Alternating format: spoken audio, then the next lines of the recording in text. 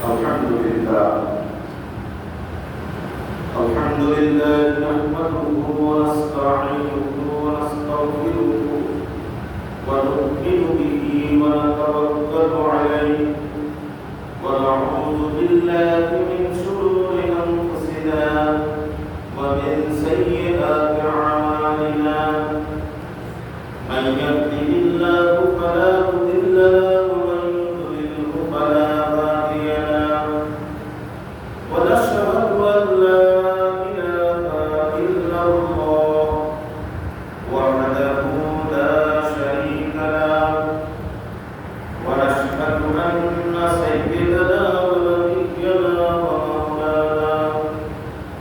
ومولانا محمدا عبده ورسوله الذي أرسله بالحق بشيرا ونذيرا وداعيا إلى الله بإذنه وسراجا منيرا وقد قال الله تعالى في كلامه المجيد وفرقانه الحميد أعوذ بالله من الشيطان الرجيم بسم الله الرحمن الرحيم فلما من طغى وآثر الحياة الدنيا فإن الجحيم هي المأوى وأما من خاف مقام ربه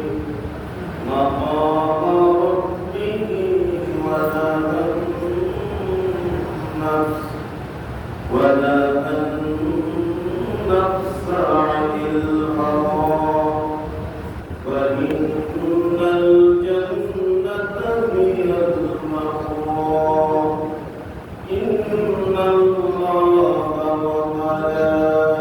وملائكته يصلون على النبي يا أيها الذين آمنوا صلوا عليه وسلموا تسليما اللهم صل على سيدنا مولانا محمد وعلى آل سيدنا مولانا محمد اللهم صل على سيدنا مولانا محمد وعلى آل سيدنا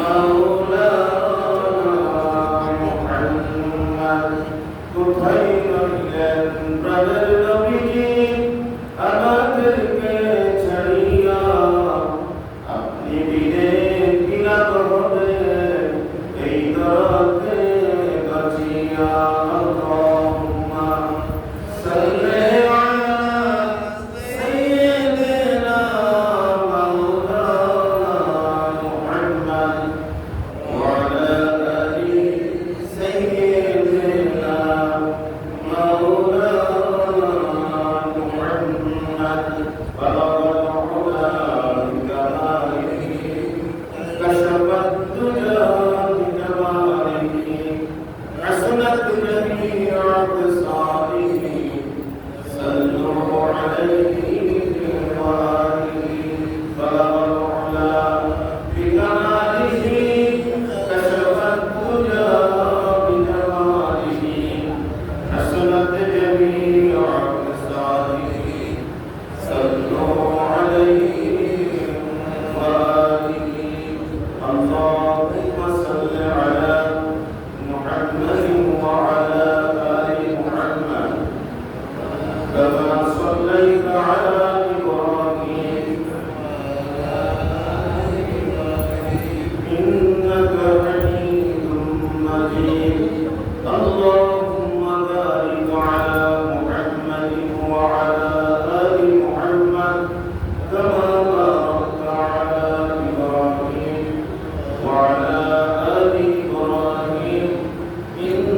حميد مجيد সম্মানিত উলামায়ে কেরাম সম্মানিত মুসলিয়ান আযম আজকের সালাতুল জুমা আদায় করতে আমরা মসজিদে আসতে পেরেছি আল্লাহ তাআলার দরবারে আমরা শুকর আদায় করি আলহামদুলিল্লাহ রাসূল করিম সাল্লাল্লাহু আলাইহি ওয়াসাল্লামের শানে আমরা কয়েকবার সালাম করেছি আল্লাহ তাআলা কবুল করুন আল্লাহুম্মা আমিন সম্মানিত মুসলিম ভাইরা আজকে জুমার আলোচনার বিষয়বস্তু হচ্ছে ঈমান আনার পরে একজন মুসলমান ঈমানদার নরনারীর কাছে ঈমানের দাবিসমূহ ঈমান কি কি দাবি করে ঈমান আনার পরে একজন ব্যক্তি তার গোটা জীবনে পরিবর্তন আসবে ঈমান আনার পরে একরকম জীবন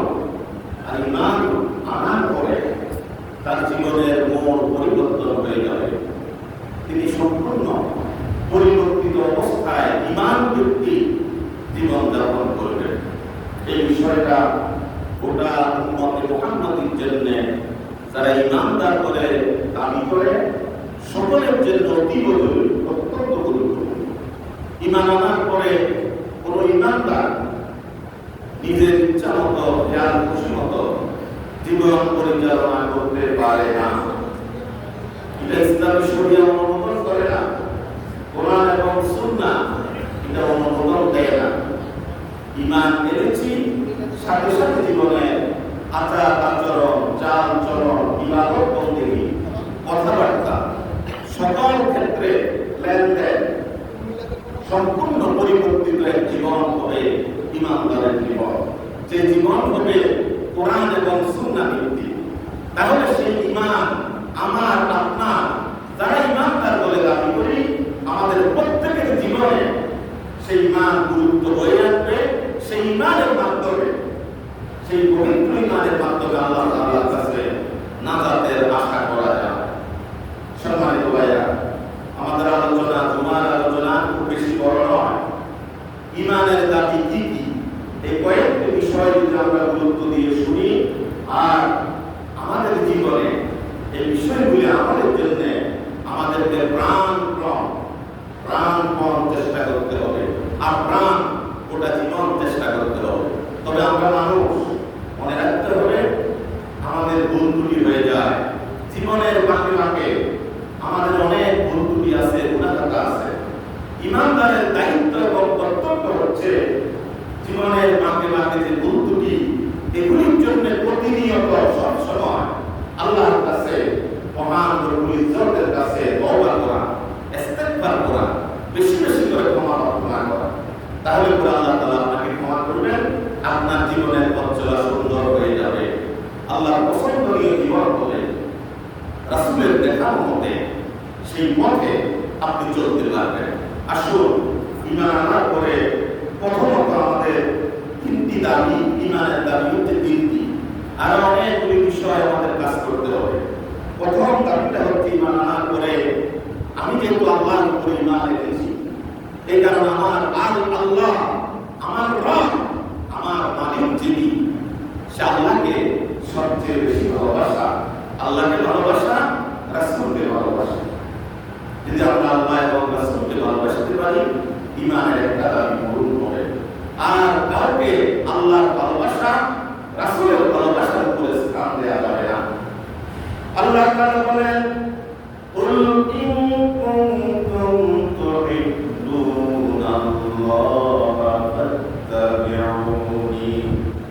ফাত্তাবিউনি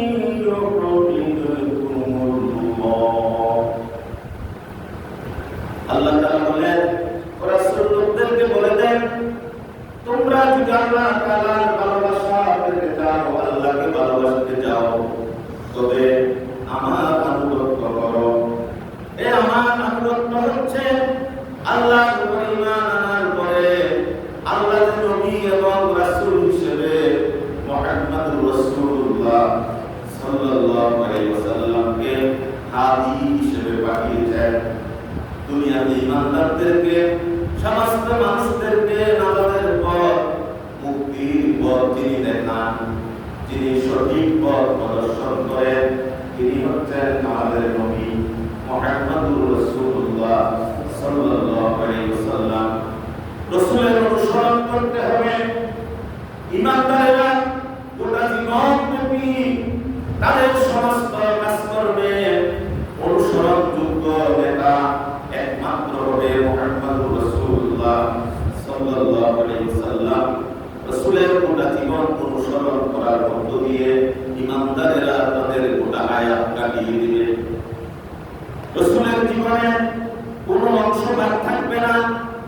গোটা জীবনটা সামনে রেখে পবিত্র এই জীবন সামনে রেখে ঈমানদারদেরকে দুনিয়ার সব কাজকর্ম করতে হবে। এটা হচ্ছে রাসূলের অনুসরণ। কোন ব্যক্তি যদি গোটা জীবন ব্যাপী রাসূলের আদর্শ অনুসরণ করেন, রাসূলের দেখানো পথ অনুসরণ করেন, তিনি হেদায়েতের রাস্তায় উঠে যান। তিনি বক্র পথে যান না, ভ্রান্ত পথে যান না, তিনি সোজাসুজি আল্লাহ তাআলার হেদায়েতের রাজপথে উঠে যান। সুতরাং হেদায়েতের রাজপথে যদি কেউ উঠে যায় আর এই পথে জীবন পরিচালনা করে রাসূলের আদর্শ অনুসরণের মধ্য দিয়ে তিনি তো সোজা ইন্তেকালের পরে আল্লাহ জান্নাতে প্রবেশ করবেন। কারণ তিনি ঈমান আনছেন, আল্লাহকে ভালোবাসছেন, রাসূলকে ভালোবাসছেন, আর আল্লাহ বলছেন আমার রাসূলকে অনুসরণ করো। আমরা তো আল্লাহ রাসূলকে অনুসরণ করছি, এই অনুসরণ করতে হবে পরিপূর্ণ, খণ্ডিত অনুসরণ নয়। কথাটা বুঝতে হবে ভালো করে। ঈমানের দাবি পূরণের জন্য রাসূলের গোটা জীবন অনুসরণ করতে হবে, অনুসরণ করতে হবে, অনুকরণ করতে হবে। তাহলে করে আমরা ঈমানের দাবি পূরণ হবে।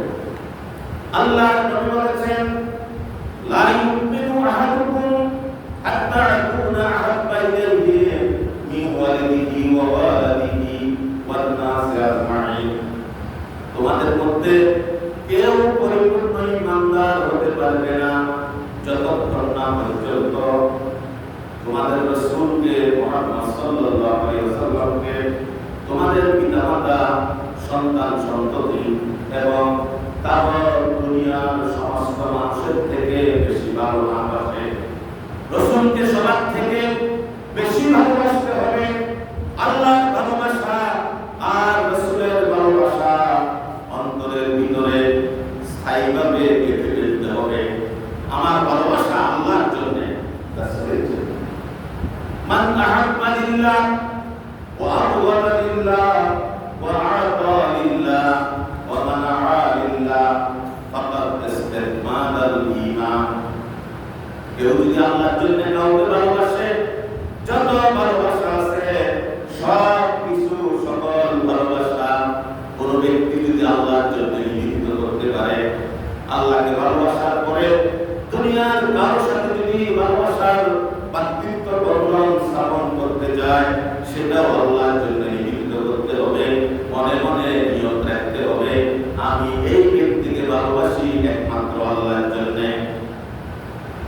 এই ধরনের কাজ যে ব্যক্তি করবে আর দুনিয়ার জীবনে কারোর সাথে যদি শত্রুতা পোষণ করে, সেটা হতে হবে কোরআন সুন্নাহ ভিত্তিক, সেটাও হতে হবে, শত্রুতাটাও হতে হবে আল্লাহর জন্য। আমার এই শত্রুতার কারণে আল্লাহ যাতে আমাকে ভালোবাসে। তাই আমরা অনিসলামিক কার্যকলাপ এগুলি ঘৃণা করি। কি করি? কার ভালোবাসা পাওয়ার জন্য? আল্লাহর ভালোবাসা পাওয়ার জন্য। আপনি সেটাকে অন্তর থেকে ঘৃণা করবেন, বাধা দিবেন, যাই করবেন, ওইটার সাথে সম্পর্ক রাখবেন না। কার ভালোবাসা পাওয়ার জন্য? আল্লাহর ভালোবাসা। এই জন্য মান আহাব্বা লিল্লাহ ওয়া আবগাদা লিল্লাহ। ভালোবাসা যদি কোনো কারোর সাথে, সেটাও হবে আল্লাহর জন্য।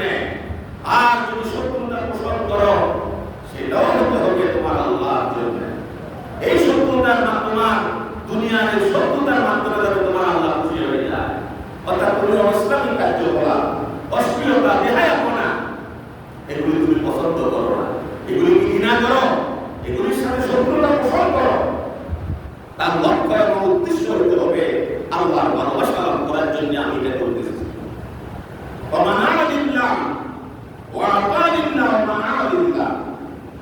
তুমি যদি কোন জায়গায় ঈমান আনার পরে কোন জায়গায় দান সৎকার, টাকা পয়সা ব্যয় করা, কাউকে কিছু দেয়া, এটা যদি দিতে যাও, সেই দেয়াটাও তোমার আল্লাহর ভালোবাসার জন্য হবে। যে আমি এখানে টাকা খরচ করলে এখানে যদি কিছু দিই আমার আল্লাহ খুশি হবে, আমার আল্লাহ আমাকে ভালোবাসবে, এই নিয়তে এই বিবেক বুদ্ধি কোরআন সুন্নাহর জ্ঞান এই অনুমতি নিয়ে আমাদেরকে এই কাজটা করতে হবে। ভালো কাজে টাকা পয়সা ব্যয় করবো, ভালো ভালো কাজে, আর এগুলির সম্পূর্ণ উদ্দেশ্য হতে হবে তার ভালোবাসা না আল্লাহ তাআলার ভালোবাসা আমাদের জন্য। ওয়া মান আনিল্লাহ, আর যদি কোনো কাজ থেকে বিরত থাকো, কোথাও কিছু দিচ্ছ না তুমি মনে করতেছো এটা অনৈসলামিক কাজ, খারাপ কাজ, অশ্লীল কাজ, ফাহিশা কাজ, এখান থেকে যদি বিরত থাকো, মনে মনে তোমার নিয়ম থাকবে, সরাসরি নিয়ম থাকবে আল্লাহর পছন্দনীয় কাজে, রাসূলুল্লাহর পছন্দনীয় কাজে, ইসলামের বিরুদ্ধে কোনো কাজে আমি আমার আল্লাহর দেয়া এক পয়সাও আমি সেখানে ব্যয় করবো না। আমার এটা উদ্দেশ্য হচ্ছে আমার রবের ভালোবাসা লাভ করা, আমি এখানে দিবই না, ইসলাম বলে না সেখানে দিও না। তারপরে কি হবে? ফাকাত ইস্তিকমালাল ঈমান, এই কাজ যে করতে পারবে সে তার ঈমানকে পরিপূর্ণ করে দিল। আল্লাহু আকবার। এই বিষয়গুলি আমাদেরকে গোটা জীবন ঈমান আনার পরে যথাযথভাবে আমাদেরকে এগুলি খেয়াল করতে হবে। ও মুসলমান, শুধু ঈমান আনছি, ঈমান এনেছি আর নিজের ইচ্ছা মতো খেয়াল খুশি মতো জীবন যাপন করছি, আল্লাহ তাআলার কাছে এই কথা বলে পার পাওয়া যাবে না, বাঁচা যাবে না আল্লাহর দরবারে। আল্লাহ তাআলা দুনিয়া প্রত্যেকটি কাজ পুঙ্খানুপুঙ্খরূপে পরীক্ষা নিরীক্ষা করবেন আল্লাহ তাআলা। সুতরাং ঈমানদারদেরকে যথাযথভাবে সচেতনতার সাথে ঈমান আনার করে প্রত্যেকটি কাজ করতে হবে, তাহলে তো ঈমানের দাবি পূর্ণ হবে। আল্লাহকে ভালোবাসা ছাড়া কোনো উপায় নাই। তিনি আমাদেরকে সৃষ্টি করেছেন, রিজিক দান করেন, আমাকে নিরাপত্তা দেন, আমার ভালো মন্দ সব কিছু দুনিয়ার কেউ না দেখুক, এগুলোর দায়িত্ব কে পালন করেন? আমার আল্লাহ। আমার আল্লাহ পালন করেন। আমি কোথায় খাবো, কি করবো, কিভাবে থাকবো, এগুলি সব দেখাশোনার দায়িত্ব আমার রব, আমার পালনকর্তা আল্লাহ। আমার মা বাপ যেখানে অসমর্থ, আমার সরকার যেখানে অসমর্থ, মানুষের সীমাবদ্ধতা রয়েছে, আল্লাহর সীমাবদ্ধতা আছে। যেখানে দুনিয়ার সব মানুষ আমার ব্যাপারে অসমর্থ হয়ে গেছে, অক্ষম হয়ে গেছে, শুধু একজন কখনো অক্ষম হয় না, তিনি হচ্ছেন আমার রব, আমার মালিক। সুতরাং মালিকের দিকে ফিরে আসো, অন্তরের থেকে সব কিছু ফিরে দাও, মালিকের ভালোবাসা দিয়ে অন্তরটা পরিপূর্ণ করে ফেলো। তুমি পরিপূর্ণ মুসলমান, ঈমানদার হয়ে যেতে পারবে। এটা হচ্ছে প্রকৃত ঈমান, আল্লাহর ভালোবাসা সবার আগে অন্তরে স্থান দেয়া। আমরা বাদ করতে হচ্ছে আল্লাহ, ইনশাআল্লাহ আল্লাহর ভালোবাসার জন্য সব কিছু করব। আল্লাহর সাথে সম্পর্ক রাখবো, ভালোবাসা কার জন্য? আল্লাহর ভালোবাসা, আল্লাহ খুশি হবে। সব পরামর্শ দেব, এটা একটা কাজ, আমার আল্লাহ খুশি হবে, রাসূল খুশি হবে। রাসূল যে কাজগুলি করতে বলেছেন আমি সেই কাজগুলি করব, বেছে বেছে বেছে বেছে। আর এগুলি জানতে থাকবো গোটা হায়াতে, কোনটাতে বেশি কল্যাণ, কোনটাতে আল্লাহ নারাজ হয়ে না যায়, কোনটাতে আল্লাহ রাজি হয়ে যায়, খুশি হয়ে যায়, সেগুলি জানবো, বুঝবো, এরপরে আমল করবো সেগুলি। আল্লাহর সন্তুষ্টির পথে আমি পা বাড়াবো না। যেখানে আল্লাহর সন্তুষ্টি গজব, আল্লাহ নারাজ যেখানে, আমি সেখানে যাবো না। মুসলমান, তোমার ঈমান তোমাকে সেদিকে যেতে নিষেধ করে। তুমি যদি ঈমানদার হওয়ার পরে যদি এই কাজগুলির সাথে জড়িত হও, তাহলে তুমি পরিপূর্ণ ঈমানদার হতে পারলে না। আল্লাহর সাথে ধোঁকাবাজি, প্রতারণার আশ্রয় নিলে তুমি দুনিয়ায় যত সব ধোঁকাবাজি প্রতারণা করে পার করা যাবে মানুষের কাছে, আল্লাহর কাছে এটা পার করতে পারবে না। আসল 2 নাম্বার হচ্ছে ঈমানের দাবি। 2 নাম্বার দাবি হচ্ছে আল্লাহর আনুগত্য করা। আতিউল্লাহ ওয়া আতিউর রাসূল ওয়া উলিল আমরি মিনকুম। আল্লাহর আনুগত্য করো। আল্লাহর আনুগত্য করার অর্থ হচ্ছে আল্লাহর ইবাদত করো। সমস্ত নবী রাসূলরা দুনিয়াতে এসে একই দাওয়াত দিয়েছেন। এই দাওয়াতটা সমস্ত নবী রাসূল দিয়েছেন। যে কোন নবী রাসূলরা এসেছিলেন আল্লাহ তাআলার কাছ থেকে,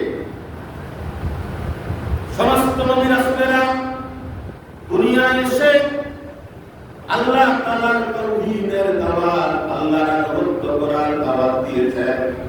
আল্লাহর বিধান সবটা মেনে নেওয়ার জন্য জনপদের মানুষকে তারা আহ্বান জানিয়েছেন। আনিয়াবুদুল্লাহ ওয়াজতানিবুত তাগুত। আনিয়াবুদুল্লাহ, ও মানুষেরা, আল্লাহর বান্দা বান্দীরা, ইবাদত করো, আনুগত্য করো, সারেন্ডার করো, মেনে নাও আল্লাহর বিধান। আল্লাহর আনুগত্য করো তোমরা। ওয়াজতানিবুত তাগুত, তাগুতকে পরিহার করো। যে শক্তি আল্লাহর শক্তির সাথে সাংঘর্ষে, সেটা থেকে দূরে থাকো। ওয়াজতানিবুত তাগুত, সীমা লঙ্ঘনকারী আল্লাহর শরীয়ত বিধান যে লঙ্ঘন করে, ওই শক্তি থেকে তুমি দূরে থাকো, পরিহার করে দাও। তুমি তোমার মুক্তির পথ রচনা করো আল্লাহর ইবাদত করার মধ্য দিয়ে, আনুগত্য করার মধ্য দিয়ে। আনুগত্য করো আল্লাহ, ইবাদত করো আল্লাহ। সম্মানিত ভাইরা, ঈমানের 2 নাম্বার দাবি হচ্ছে জীবনের সকল ক্ষেত্রে আল্লাহর আনুগত্য করা। আমরা এই যে বলি লা ইলাহা ইল্লাল্লাহ, কোন ইলাহ নাই, কোন মাবুদ নাই, কোন রব নাই, ইল্লাল্লাহ, আল্লাহ ছাড়া। এটা হচ্ছে সেরা একটা জিকির, লা ইলাহা ইল্লাল্লাহ। লা ইলাহা ইল্লাল্লাহ বলার সাথে সাথে সেই অনুভূতি ঈমানদারদের অন্তরে আসতে হবে। আমি কি বলতেছি? আমি স্বীকৃতি দিচ্ছি সজ্ঞানে, আমার বিবেক বুদ্ধি জাগ্রত রেখে আমি বলতেছি লা ইলাহা। আকাশ পৃথিবীতে আল্লাহর এই মহা সাম্রাজ্যে আমার কাছে আর রব কেউ নাই, আইনদাতা নাই, বিধানদাতা কেউ নাই, একজন ছাড়া, তিনি হচ্ছেন ইল্লাল্লাহ। এটা তোমার অন্তরে রেখে দাও, তুমি পরিপূর্ণ মুসলমান হয়ে যেতে পারবে। কোন শক্তি নাই আল্লাহর সমকক্ষ, কোন বিচারক নাই, কোন শাসক নাই, সার্বভৌমত্বের মালিক আর কেউ নাই, একমাত্র হচ্ছেন আল্লাহ। এটা লক্ষ্য হচ্ছে লা ইলাহা ইল্লাল্লাহ। এটা বুঝে শুনে জিকিরটা করলে কতটুকু হৃদয়ে আঘাত করবে, অত্যন্ত হবে হৃদয়ে। না বুঝে করল ঈমান আনার পর সওয়াব হবে। তবে যদি আপনি বুঝে যান লা ইলাহা, এই ছোট্ট কথা কত মর্মান্তিক, কত বড়, কত ব্যাপক তাৎপর্য এটা, এইটা স্বীকৃতি দিয়ে, এটা মুখে ঘোষণা দিয়ে, অন্তরে স্থান দিয়ে, এরপরে যদি বাস্তবে কাজ করেন, আমি তো ঘোষণা দিয়েছি আল্লাহ ছাড়া কোনো ইলাহ নাই, সুতরাং ইল্লাল্লাহ বলে আল্লাহকে আমি স্বীকার করে নিয়েছি। এখন সে আল্লাহর আইন, আল্লাহর বিধান, আল্লাহর কথা, আল্লাহর ফয়সালা সব কিছু আমাকে মেনে নিতে হবে। এটা হচ্ছে ঈমান। ঈমান আনছেন আপনি অসহায়, অসহায়ত্বের পরিচয় দিয়েছেন। আপনি বলতেছেন আল্লাহ আমি সব কিছু জেনে ফেলে দিলাম, আমি আপনার উপরে ঈমান আনলাম। এবার অর্থটা কি? অর্থটা হলো আপনি আমার যে বিধান দিয়েছেন আমার কাছে কিচ্ছু নাই, আমার জীবনের পথ চলা হবে মৃত্যু পর্যন্ত আপনার বিধান অনুযায়ী। কার বিধান? আল্লাহর বিধান। নামাজ পড়েন কার বিধান অনুযায়ী? আল্লাহর বিধান। সুতরাং গোটা জীবনের কাজকর্ম সব কিছু ইসলামের বিধান অনুযায়ী হওয়া, এটা হচ্ছে লা ইলাহা ইল্লাল্লাহ মুহাম্মাদুর রাসূলুল্লাহ। মুহাম্মাদুর রাসূলুল্লাহ সাল্লাল্লাহু আলাইহি ওয়াসাল্লাম, তিনি হচ্ছেন আল্লাহ কর্তৃক প্রেরিত নবী এবং রাসূল। আল্লাহ যে বিধান দিয়েছেন তিনি সেই বিধান নিজে আমল করে দেখিয়ে গেছেন, মাঠে ময়দানে জনসমক্ষে মানুষকে দিয়ে। এটা আস্তে আস্তে করে হাদিসের মাধ্যমে, সুন্নাহর মাধ্যমে আমাদের কাছে এসে পৌঁছেছে। রাসূল কিভাবে জীবন যাপন করছেন, একদল মানুষ পরম সৌভাগ্যের অধিকারী যারা রাসূলকে সরাসরি পেয়েছে। রাসূল কি করতেন, নামাজ কিভাবে পড়তেন, তেলাওয়াত কিভাবে করতেন, তারা সচক্ষে দেখেছেন, কানে শুনেছেন, কাছে রাসূলের কাছে বসতে পেরেছেন। মহান সৌভাগ্যের অধিকারী। এই জন্য এই মহান সৌভাগ্যের অধিকারী মানুষগুলির জন্য আল্লাহ কোরআনের আয়াত নাযিল করে বলেছেন রাদিয়াল্লাহু আনহু ওয়া রাদু আনহু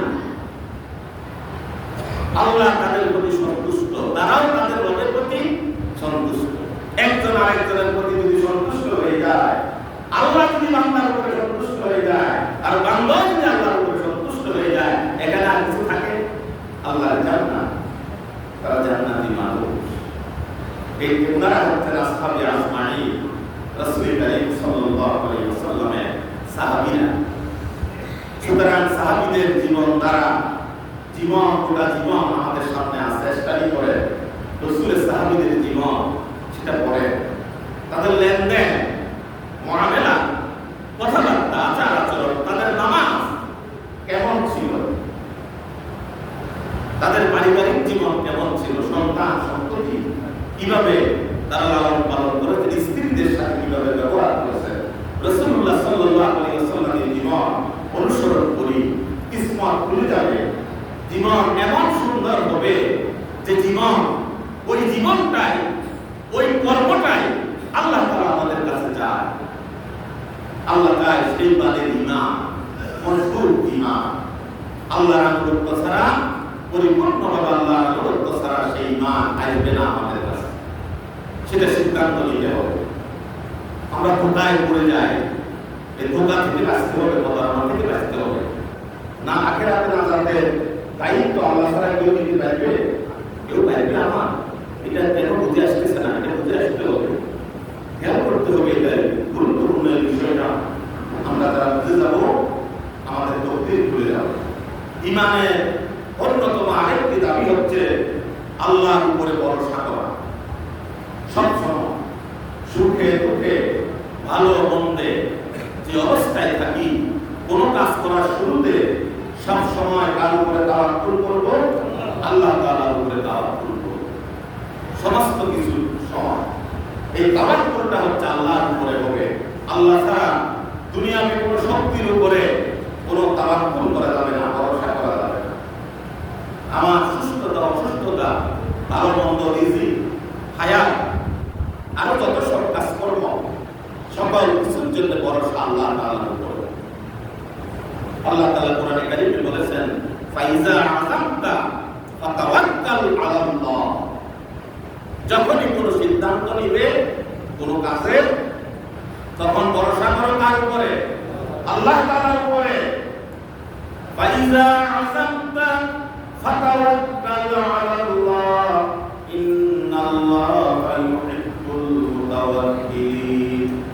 যারা আল্লাহ তাআলার উপরে ভরসা করেন, আল্লাহ তাআলা তাদেরকেই ভালোবাসেন।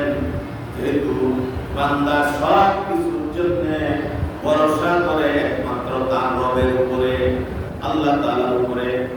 ভরসা যদি আল্লাহর উপরে করতে পারি, আল্লাহর ভালোবাসা আমার কাছে এসে পৌঁছে যাবে। আমি যেখানে থাকি না কেন, ভরসা যদি আমার রবের উপরে করতে পারি, ভালোবাসা আমার কাছে এসে পৌঁছবে আল্লাহর কাছ থেকে। আল্লাহ তাদেরকেই ভালোবাসে। আল্লাহর ভালোবাসা যারা লাভ করবে, তাদের চিন্তার কারণ আছে নাই? কোনো চিন্তার কারণ না। আল্লাহ তো ভালোবেসেই নিয়েছে আমার কর্মের কারণে। ঈমান আনার পরে আমার কাজ করবে, আমি যেহেতু আমার আল্লাহর উপরে ভরসা করেছি পরিপূর্ণভাবে, এই কারণে আল্লাহ আমাকে ভালোবেসে নিয়েছে। আমরা যাতে আল্লাহর ভালোবাসা সবাই লাভ করতে পারি, আল্লাহুম্মা আমিন। সম্মানিত ভাইরা, আল্লাহ তাআলা কোরআনে কারীমে বলেন, ফাআম্মা মান তাগা ওয়া আসারাল হায়াতাদ দুনিয়া ফাইন্নাল জাহিমা হিয়াল মাওয়া ওয়া আম্মা মান খাফা মাকামা রাব্বিহি ওয়া নাহান নাফসা আনিল হাওয়া ফাইন্নাল জান্নাতা হিয়াল মাওয়া। আল্লাহ তাআলা বলেন, যে ব্যক্তি সীমা লঙ্ঘন করলো, আল্লাহ যে বিধান দিয়েছে দুনিয়ার জীবন পরিচালনার ক্ষেত্রে, গোটা হায়াতে আল্লাহ যে বিধান দিয়েছেন এই বিধানটা মানল না পরিপূর্ণভাবে, জায়গায় জায়গায় আল্লাহর বিধান অস্বীকার করলো, লঙ্ঘন করলো, আর দুনিয়ার জীবনটাকে বেশি ভালো মনে করে দিল, দুনিয়ার জীবনটাকে প্রাধান্য দিল, আখিরাত থেকে বেশি ভালো মনে করলো। আল্লাহ ঘোষণা দিচ্ছেন, ওই ব্যক্তির জায়গা হবে, ওই ব্যক্তির আশ্রয়স্থল হবে আল্লাহর জাহান্নাম। আল্লাহর বিধান লঙ্ঘন করা যাবে না, গোটা জীবন আল্লাহর বিধান মেনে নিতে হবে। আর দুনিয়ার জীবনকে আখিরাতের থেকে বেশি ভালো মনে করা যাবে না, বেশি ভালো মনে করতে হবে, ভালোবাসতে হবে আখিরাতের জীবনকে। দুনিয়ার জীবনটাই দিয়েছেন চিরস্থায়ীভাবে যে জীবন, আখিরাতের জীবন, সেই জীবনে যাতে দুনিয়ার কর্মের উপরে তোমাকে পুরস্কার প্রদানের মধ্য দিয়ে তোমার মুক্তির পথ যাতে রচনা হয়, ভালো জায়গায় যাতে তুমি অবস্থান করতে পারো, এই কারণে দুনিয়ার এই পরীক্ষার জায়গাটা আল্লাহ দিয়েছেন। এটার উপরে নির্ভর করবে আপনার আখিরাতের সফলতা এবং ব্যর্থতা। আল্লাহ তাআলা বলেন, ওয়ালাম্মা মান খাফা মাকামা রাব্বিহি ওয়া নাহান নাফস, যে ব্যক্তি আল্লাহর কাছে হাজির হতে হবে, আল্লাহর মুখোমুখি দাঁড়াতে হবে, আল্লাহর কাছে পৌঁছে আল্লাহর সাক্ষাৎ করতে হবে, হিসাব নিকাশ দিতে হবে।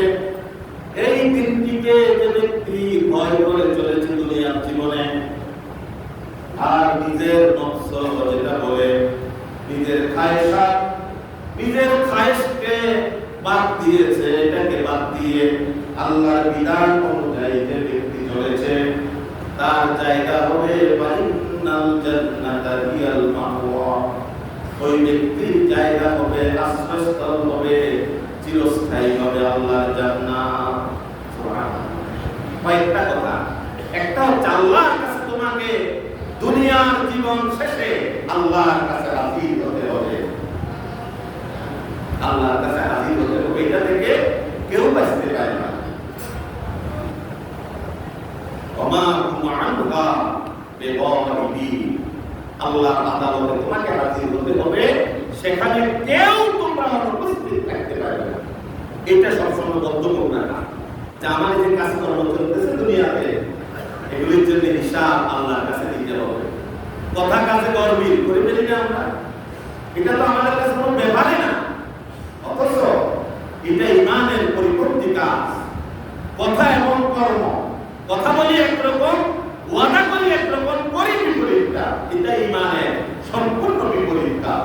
এই কাজটা হচ্ছে মুনাফিকের কাজ। সুতরাং কথা যা বলবো, ওয়াদা যা করবো, সেটা 100% আমরা রক্ষা করব, ইমানের দাবি এটা। এটা হচ্ছে কোরআন সুন্নাহর বিধান অনুযায়ী জীবন পরিচালনা করা। আল্লাহর কাছে যে ব্যক্তি হাজির হওয়ার দিনকে ভয় করে আর নিজের ইচ্ছা মতো জীবন যাপন করে না, আমার মন চায় ইসলাম বিরোধী একটা কাজ, এটা আমার কাছে ভালো লাগে না, এটা আমি বাদ দেবো, কেননা ইসলামী শরিয়ার বিরুদ্ধে এটা যাবে, আল্লাহ অসন্তুষ্টি হবে, আমার নিজের নফসের মতো এটা করলেও এটা আমি করবো না। এই কাজটা যে করতে পারবে, আল্লাহ বলছেন তার জায়গা হবে আল্লাহর জান্নাতে। আমরা সবাই আল্লাহর জান্নাত চাই কি না? সবাই হাত তোলেন সবাই। আল্লাহ তাআলা আজকে যারা হাজির হয়েছে, যারা আসবে, সবাইকে আল্লাহর জান্নাতের জন্য তুমি কবুল করো আল্লাহ। আল্লাহুম্মা আমিন। আমাদের ঈমান আনার পরে আল্লাহ তাআলা যাতে আমাদের জীবনের মোড় পরিবর্তন করে দেন, আল্লাহ যে ঈমান পছন্দ করে সেই ঈমানটা যাতে আল্লাহ আমাদেরকে দান করে। ওয়া তাওয়ানা আলহামদুলিল্লাহি রাব্বিল আলামিন।